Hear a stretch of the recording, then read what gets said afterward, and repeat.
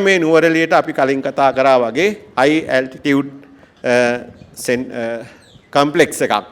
එහෙම නැත්නම් උසස් උන්නතාංශ ක්‍රීඩා සංකීර්ණයක් අපි හදන්න බලාපොරොත්තු වෙනවා. දැන් මේ ඉඩම් අත්පත් කර ගැනීමේ ක්‍රියාවලියේ අවසාන හරිය තියෙන්නේ. අපිට දිස්ත්‍රික් ලේකම්තුමිය උදව් කරනවා. මෙහි මధుර සෙනවිරත්න නියෝජ්‍ය ඇමතිතුමා මේකට මැදිහත් වෙලා උදව් කරනවා. එතුමාගේ බිරිඳත් මේකට උදව් කරන නිසා අපිට තවත් වැඩේ ෂුවර්. ඉතින් ඒක නිසා අපි මේ වැඩේ අනිවාර්යෙන් අත ගහලා මේ මෙතන හොඳ නුවරඑළියේ දක්ෂ දරුවන්ට ක්‍රීඩා කරන්න පුළුවන් ලස්සන ක්‍රීඩා සංකීර්ණයක් හදන්න අපි බලාපොරොත්තු වෙනවා. මොකද high altitude trainings වලදී විශේෂයෙන්ම ওই ඔක්සිජන් තත්වයන් high pressure තත්වයන් ඒවා සියල්ල අදාළයි මේ ක්‍රීඩාවේදී. ඒකයි අපිට high altitude එකක් ඕන කරන්නේ. අපි ඒ වෙනුවෙන් මැදිහත් වෙනවා. මම තිරිණි වික්‍රමසිංහ නුවරඑළිය මහනගර සභාවේ නාගරික මන්ත්‍රීවරයෙක් වශයෙන් කටයුතු කරනවා. සමග ජනබල වේගය නියෝජනය කරමින් ඇත්තටම නුවරඑළිය සංවර්ධනයට ඉතාම කැමැති නියෝජිතවරයෙක් වශයෙන් මට අද ලොකු කනගාටුවක් තියෙනවා නුවරඑළිය දැන්ට පත් වෙලා තියෙන තත්ත්වෙට. ඇත්තටම මම කියන්න කැමති හදවත බඳු ස්ථානයක් තමයි අපේ රේස් කෝස් ග්‍රවුන්ඩ් එක. ඉතින් පසුගිය දිනක අපේ ක්‍රීඩා අමාත්‍යවරයා සඳහනක් කරලා තියෙනවා නුවරඑළිය ජාත්‍යන්තර ක්‍රීඩාංගණයක් බවට පත් කරනවා කියලා. මේක අපිත් හරිම කැමතියි. ඒ වගේ නුවරඑළිය දියුණුවට පත් වෙනවා නම් අපි හරිම කැමතියි. නුවරඑළිය ඉපදිච්ච කෙනෙක් විදියට නුවරඑළිය දෙවෙනි වතාවට සභාවේ නියෝජනය කරන නියෝජිතයෙක් විදියට මම හරිම කැමතියි මේක ජාත්‍යන්තර ක්‍රීඩාංගණයක් බවට පත් වෙනකොට. අපිත් යෝජනාවල් තිබුණා. අපිත් උත්සාහ කරා. පස්සතාවක් මුල් ගලක් තිබිලා තියෙනවා මේකේ. තියලා තියෙනවා ජාත්‍යන්තර ක්‍රීඩාංගණයක් සකස් කිරීමට. නමුත් මේ අද පත් වෙලා තියෙන තත්ත්වය ඉතාම කනගාටුදායකයි. අපේ පැත්තක මඩ වගුරු තියෙන්නේ. තවත් පැත්තක ඉදිකිරීමක් සිදු වෙනවා. తాවකාලික නිවාස පේලියක්. ඇත්තට මේ ගැන වචනයක් කිව්වොත් මේ තාවකාලික නිවාස පේලියට මහනගර සභාවේ සභා අනුමැතියකින් අයිලෑෂ් ඉඩම වෙන් කරලා තියෙන මොහොතක මේ වගේ තාවකාලික ඉදිකිරීමක් මෙතන සිදු වෙනවා. ප්‍රමිතියක් නැතිව මේ ඉඩම අරගෙන මේවා තාවකාලික නිවාස පේලිය ඉදි කරන්නේ.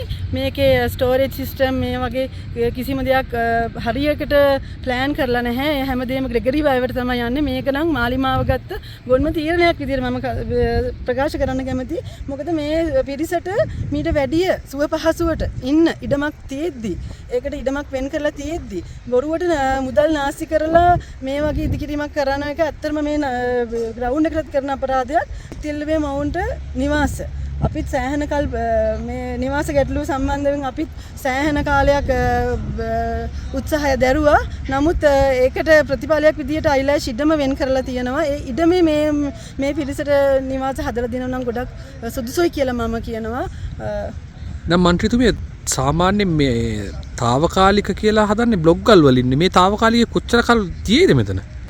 නුවරඑළිය තාවකාලික ඉදිකිරීම මේක විතරක් නෙමෙයි, තවත් තාවකාලික ඉදිකිරීම් ගොඩක් නුවරඑළිය සිද්ධ කරලා තියෙනවා. නමුත් ඒවා ආයෙ නැවත ඉවත් කිරීමක් සිදු වෙන්නේ නැහැ. ඒවා තාවකාලික ඉදි කරොත් තාවකාලික නෙමෙයි, ඒවා ස්ථීර බවට පත් වෙනවා. මම නම් හිතන්නේ මේ ගොඩනැගිලි ටිකත් ඒ ස්ථීර බවට පත් වෙනවා.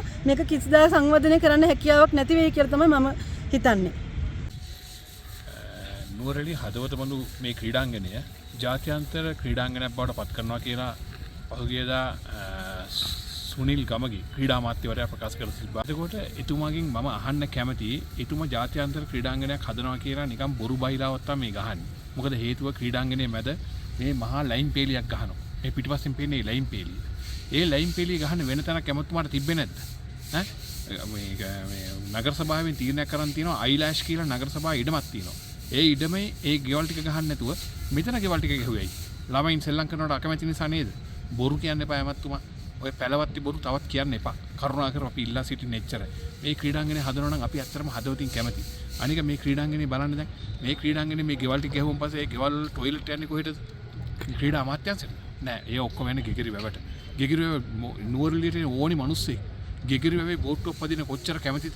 එතකොට බෝට්ටු පදින්න ඕනේ මේ ගෙගිරි වැවේ ගුණාල. ඇමතුමා ඔය ගොන් තීරණ ගන්න එපා.